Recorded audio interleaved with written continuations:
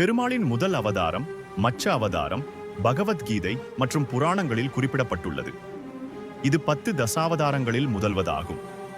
மச்ச அவதாரம் என்பது ஒரு மீனின் வடிவில் வாழ்வதை குறிக்கிறது.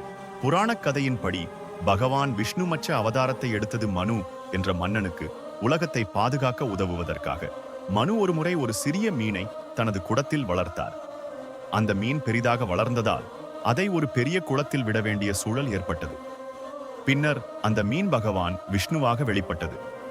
இந்த அவதாரத்தின் மூலம் பகவான் மகாபிரளயம், பெரிய பிரளயம் நடந்தபோது உலகத்தை தண்ணீரிலிருந்து மீட்டார். மகாபிரளயத்தின் போது உலகம் முழுவதும் நீரால் மூடப்பட்டுவிடும்.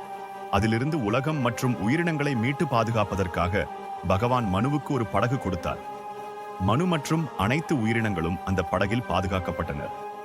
இந்த மச்ச அவதாரம் ஆன்மீக புணர்ச்சியை குறிக்கிறது. தன்னம்பிக்கையும் பக்தியையும் கொண்டு எந்த ஒரு சிரமத்திலிருந்தும் விடுபடலாம் என்பதற்கான ஒரு பாடமாக இது விளங்குகிறது.